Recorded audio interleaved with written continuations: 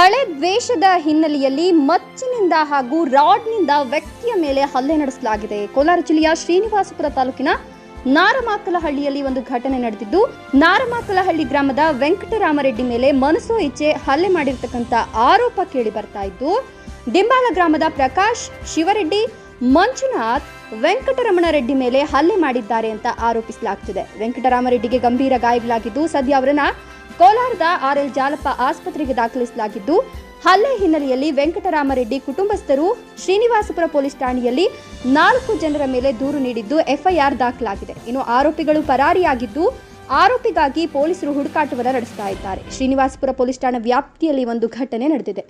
ವರದಿ ಶಿವಪ್ರಸಾದ್, ಶ್ರೀನಿವಾಸಪುರ.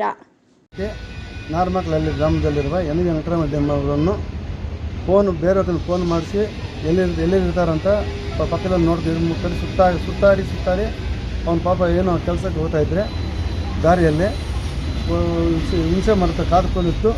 ಮಗಳ ಹತ್ರ ರಾಡಿಂದ ಹಾಕಿ ಕೋಲು ರಾಡು ತಲೆಗೆ ಹಾಕಿಬಿಟ್ಟು ಕತ್ತಲಿಸ್ಬಿಟ್ಟು ಈ ಕೈ ಕಾಲಲ್ಲಿ ಮುರಿದು ಹಾಕಿಬಿಟ್ಟು ಆ ರಾಡಿಂದ ಪಾಪ ಹೊಟ್ಟೆಗೆ ಇದ್ಬಿಟ್ಟು ಬ್ಲಡ್ ಎಲ್ಲ ಬರ್ತಾಯಿದೆ. ಈ ಥರ ಈ ಅನ್ಯಾಯ ಮಾಡಿದಾರೆ, ಹಿಂಸೆ ಕೊಟ್ಟಾರಲ್ಲ, ಇವ್ರಿಗೆ ಏನು ಯಾವ ಥರ ಶಿಕ್ಷೆ ಕೊಡಬೇಕು ಅಂತ ಪೊಲೀಸರು ಕೈಗಮ ತಗೋಬೇಕು. ಮಂಜುನಾಥ್ ಎಂಬನವನು, ಪ್ರಕಾಶ್ ಎಂಬನವನು, ಶಿವರೆಡ್ಡಿ ಎಂಬನವನು ಈ ಥರ ಮಾಡಿದಾರಲ್ಲ, ಅವ್ರಿಗೇನು ಇದಿಲ್ವ ಪಾಪ.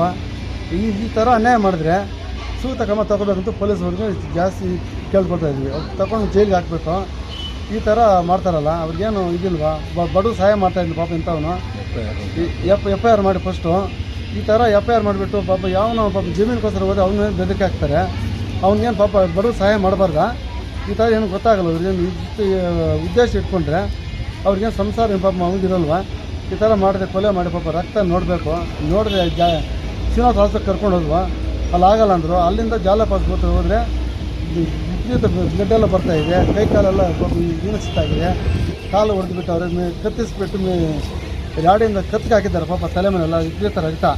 ಆ ಥರ ಈರಿಸಿ ಹೊಡೆದಿದ್ರಲ್ಲ, ಇದೇನಾದರೂ ಮಾಡಿ ಇವ್ರಿಗೆ ಕ್ರಮಶಿಕ್ಷೆ ತಗೊಂಡು ಜೈಲಿಗೆ ಹಾಕಬೇಕು. ಇವ್ರಿಗೆ ಈ ಕೆಲಸ ಮಾಡಿದಾರಲ್ಲ, ಈ ಥರ ಬೇರೆಯವ್ರು ಆಗಬಾರ್ದು. ಇಂಥವ್ರನ್ನ ಕ್ರಮ ತಗೊಂಡ್ರೆ ಬೇರೆಯವ್ರು ಭಯ ಬೀಳ್ತಾರೆ. ಈ ಥರ ಬಿಟ್ಟುಬಿಟ್ರೆ ಪೊಲೀಸವರು ಸ್ವಲ್ಪ ಇದಕ್ಕೆ ಸೂಕ್ತ ಕ್ರಮ ತಗೋಬೇಕು.